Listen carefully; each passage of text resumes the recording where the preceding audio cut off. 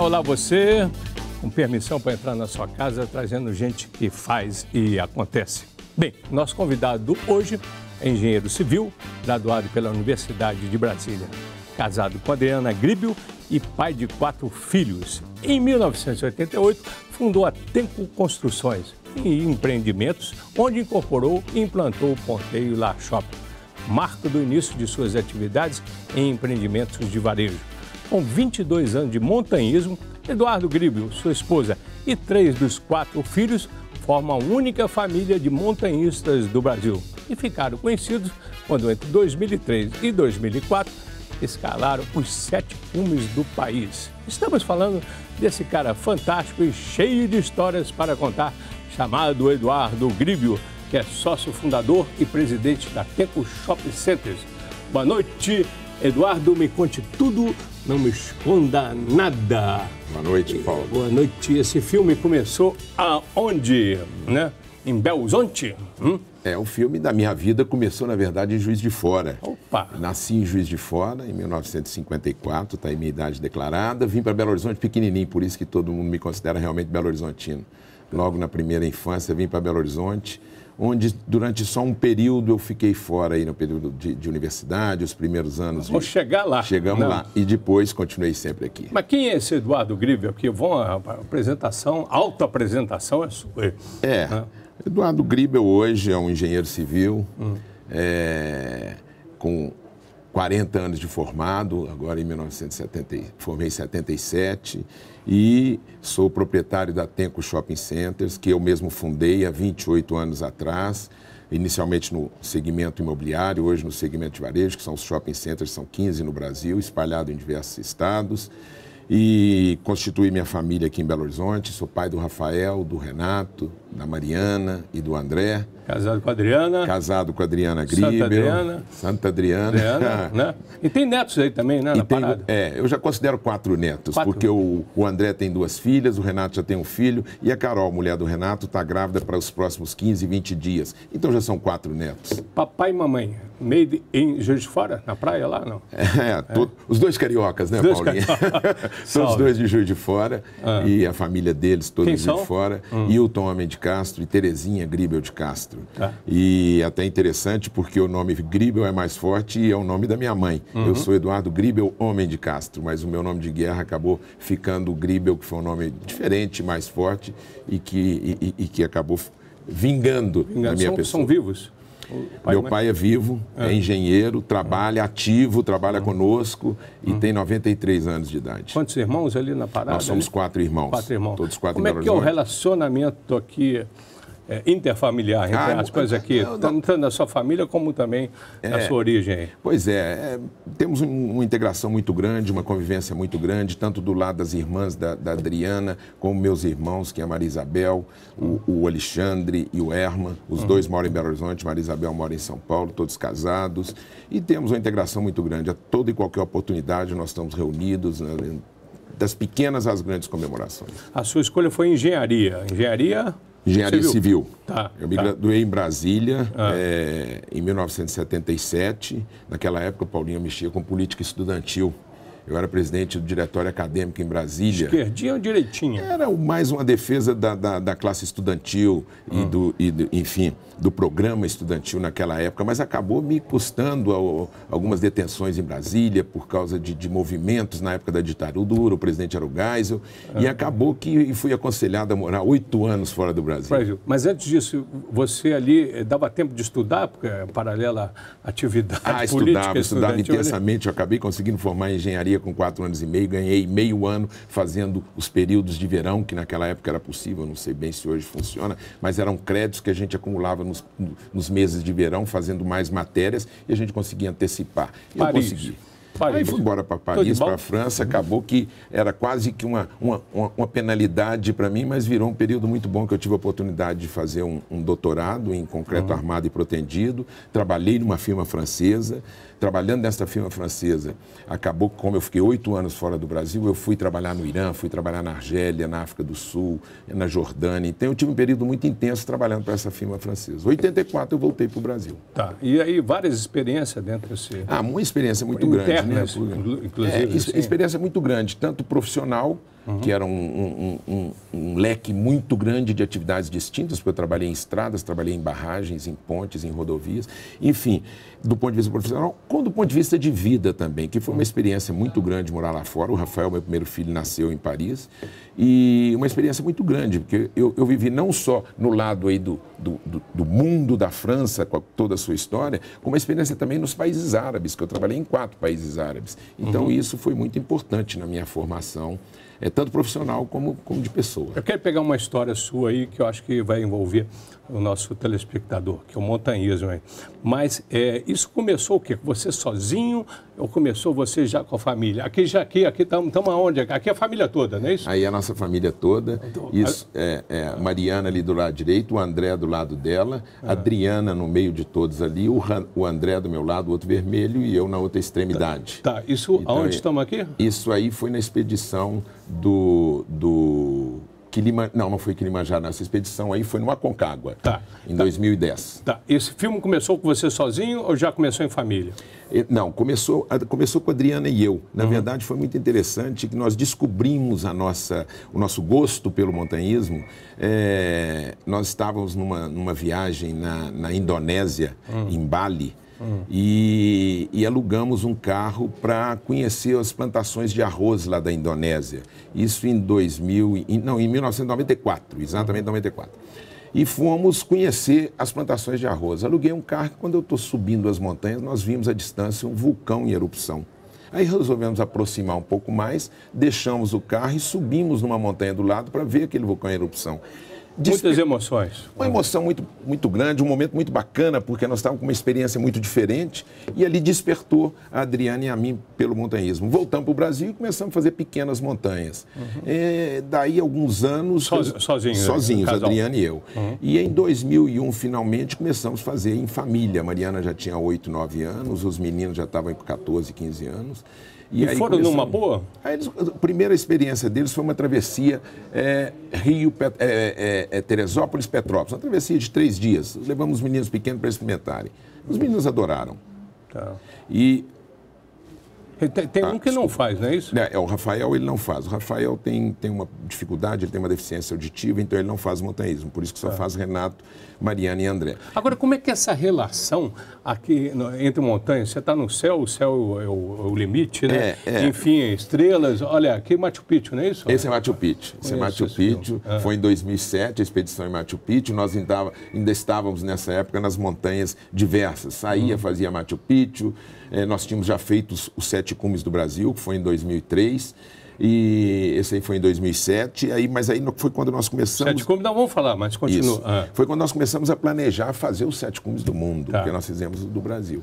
Mas você não me respondeu a questão, como é que é esse relacionamento, esse interrelacionamento? Pois é, então os meninos gostaram muito daquela travessia até Petrópolis e Teresópolis, e... a Adriana começou a perceber que poderia ser um programa de família. Então, nós institucionalizamos em casa que nós íamos tirar uma férias no mesmo momento das férias escolares e o nosso programa seria montanhismo. Foi, assim, uma descoberta espetacular, porque a integração que nós passamos a ter com os meninos, que acabou contribuindo muito com a educação deles. Porque os meninos saíam de Belo Horizonte conosco e ficávamos na montanha 10, 15 dias, só nós. Quer dizer, a Adriana, eu e eles. Experiência inédita. Uma experiência muito grande e que permitia mostrar para os meninos que aquela vida confortável da cidade, aquele dia a dia ali onde estava tudo pronto, onde tinha roupa, tinha escola, na montanha é completamente diferente. Na montanha você tem que preparar sua comida, você tem que carregar sua barraca, você tem que carregar o seu agasalho, você não tem nenhum conforto da cidade. E os meninos começaram a conviver com isso. E viram que na montanha eles eram iguais a todos. Isso até tivemos uma experiência interessante, que em um determinado momento... por volta do ano 2000, nós levamos algumas crianças de orfanato conosco. Olha que bacana. Isso permitiu que nossos filhos e as crianças de orfanato viam que lá em cima, na montanha, todo mundo é igual. Olha que bacana. Então, foi aí que nós começamos a ver que a montanha estava trazendo uma contribuição muito grande na formação dos meninos. 7 cumes. Aí fomos para os 7 cumes do Brasil. E aí? Foi? E fizemos com eles. Aí fizemos o Agulhas Negras, o Serra Fina, o Pico da Bandeira, o Pico do Cristal ali do lado da Bandeira, o 31 de Março na Amazônia e o Pico da Neblina. E o Monte Roraima, são 7 cumes. O Rafael e o Renato, esse aí foi no Neblina. A Mariana estava na época estudando, não pôde ir. Isso aí foi uma expedição de 18 dias na Amazônia. Geralmente nas férias ou não? Era nas férias. Ela estava estudando para o vestibular, né? Não, aí não era nem vestibular da Mariana ainda não. Não sei por que motivo ela não foi. Mas, enfim, no Pico da Neblina, que foi essa expedição aí, nós ficamos 18 dias na floresta amazônica e chegamos lá com uma dificuldade muito grande mesmo. Essa expedição tem uma história que dá um programa depois para eu te contar. Agora, é a única família, né? Como é que é carregar, independente da mochila, como é que é carregar esse título? Você sabe que... Ou não pesa? É muito interessante porque Adriana, ela começou a pesquisar e achou famílias que têm programas nos oceanos e famílias que têm programas em bandas, mas nunca achou uma família de montanhista. No Brasil, nós somos a única família. No mundo, tem pontualmente, um pai nos Estados Unidos que viaja com um casal de filhos, tem uma viúva na Europa que tem 2 ou 3 filhos que viajam junto. Agora, uma família que é o casal com 3 filhos, nós ainda encontramos. E isso impactava quem estava lá no entorno fazendo a mesma escalada, assim ou não? É uma integração muito grande e as pessoas que vão ficam muito curiosas com a história. Então, isso já é um tema para a gente conversar na montanha com quem a gente encontra já de muitas horas. Porque todos na montanha têm um objetivo comum, todos sabem das dificuldades e quando a gente vem com uma família, com crianças, com adultos ao mesmo tempo juntos, crianças naquela época... de integração, então. Uma integração muito grande, uma troca de informação. Você encontrou mais gente de qual muita gente. Muita gente, do mundo inteiro. Mundo inteiro. Hoje, nas grandes montanhas do mundo, nós encontramos muitos russos, nas montanhas mais altas do mundo. Poucos brasileiros? Muito poucos. Muito pouco. Muito poucos. Próximo desafio, Eduardo. Olha, nós temos a expedição do Denali, que nós estamos programando para junho do ano que vem. Denali é um dos 7 cumes do mundo. No programa dos 7 cumes do mundo, nós já fizemos o Kilimanjaro na Tanzânia, na África. Já fizemos o Aconcagua na Argentina, que é o maior cume fora do Himalaia. Fizemos Elbrus na Rússia o ano passado, que é o maior cume da Europa.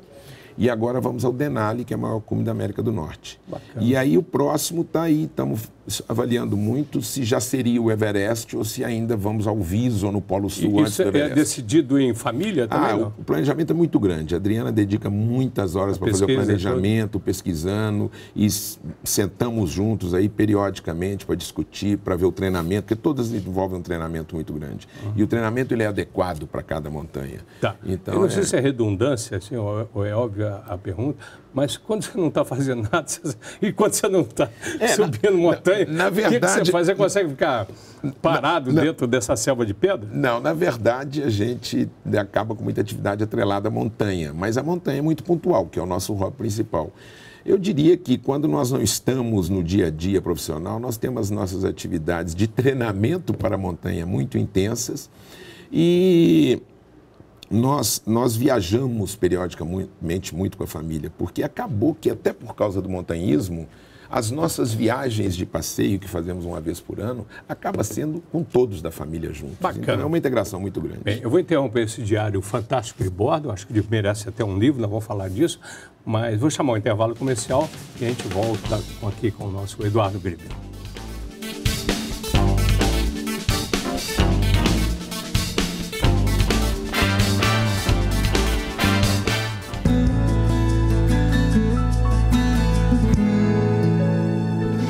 Bem, a gente volta com o programa DNA, que tem hoje como convidado o Eduardo Gribel. Eu não sei se é dublê de empresário ou dublê de montanhista. Eu acho que o que eu mais gosto é o montanhismo. O que eu mais preciso é empresariar, trabalhar. Então, agora, vem cá, você tem aqui no seu currículo, a gente pescou aqui, que vocês carregaram a tocha olímpica. Você e 2 filhos carregaram a tocha olímpica. E a Adriana também. Como é que foi essa experiência? Olha aí a fotografia aí. O Paulinho, foi muito bacana que um determinado dia nós recebemos um telefonema do Comitê Olímpico.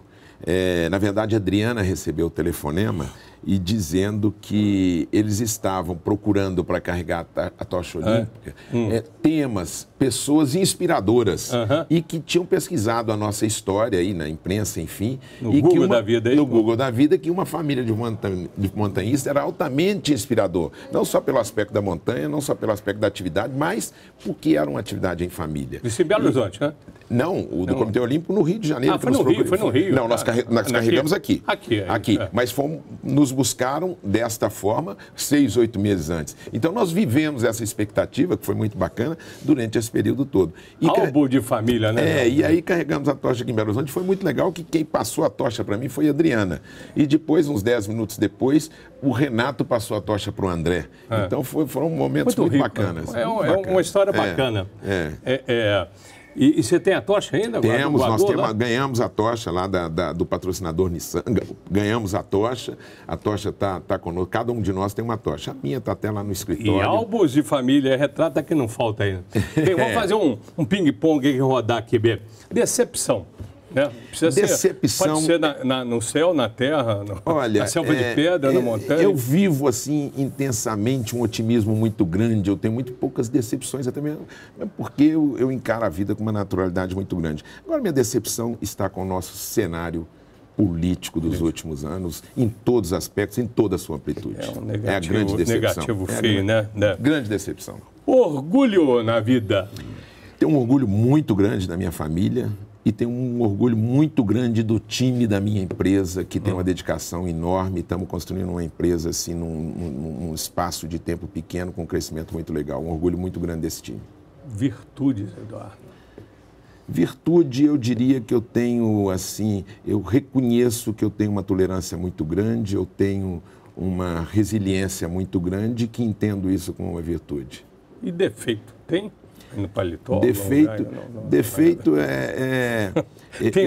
eu já aprendi por outras pessoas que a minha disciplina organizacional ela é pequena, então é um defeito que o que você tem que corrigir é porque é defeito. Então a minha disciplina na minha organização, no meu esquema de ritmo de vida profissional, na minha organização é um defeito que eu tenho que eu preciso corrigir. Mas e as pedras do caminho, as dificuldades, aí como é que você faz? Aí, como é que é um trabalho intenso, né? Eu sempre tive Quando está de bota é mais difícil, né? Tirar Quando está de bota ainda é mais difícil, mas talvez na montanha a gente aprenda a tirar as pedras da frente, porque a bota nos ajuda. Bacana, voltamos aqui no dia a dia, aquele aprendizado de tirar as pedras nos faz trabalhar intensamente e é muita determinação, Paulinho, porque a montanha mostra que, é o que eu digo na empresa, eu digo para os meus filhos, o caminho da conquista é a determinação. Bacana, hein? Então, a montanha mostrou. Se você não tiver uma determinação muito grande, você não chega no cume de uma montanha. Você faria um paralelo, por exemplo, a Mir Klink, inclusive hoje, ele passa isso como lição, como palestrante. Exatamente. A adequação dessa vivência para a sua vida, da vivência na montanha, no caso dele, pelo mar? Ela é enorme, é uma ligação enorme. A Adriana tem uma palestra que ela fez, e já fez essa palestra em alguns lugares do Brasil, que ela escreveu, e eu gosto muito de ver esta palestra dela, que é onde ela faz uma analogia, montanha, empresa e família. Então, é uma analogia de todos os fatores externos que te atacam na montanha. É o clima, é a ventania, é a intempérie, que te pega de surpresa. Na sua empresa, você tem todos os aspectos externos do que podem afetar a sua empresa e tudo que pode afetar a sua família, onde você depende de uma ligação, de uma cumplicidade dentro da família. Então, é uma palestra que mostra realmente uma ligação muito grande entre montanha, empresa e família. E as dificuldades, por exemplo, elas passam também para inter-relações, é verdade? E lá também você transporta a dificuldade é o maior exemplo da montanha de que você não consegue viver sozinho. Você estando na montanha, você tem uma dificuldade, é um que está te ajudando. Quando você para montar o seu acampamento, é um que está fazendo uma barreira de pedra para barrar o vento, é outro que está montando a barraca, é outro que está montando o fogareiro. Então, as dificuldades são vencidas pelo time, seja o time da família, seja o time da empresa, seja o time da montanha, mesmo que não fosse família. No nosso caso, é a família. Então, as dificuldades são vencidas em conjunto. Bem, tudo isso remete na montanha e talvez você traga também para cá um espírito religioso. Como é que é a sua relação aí com a religião?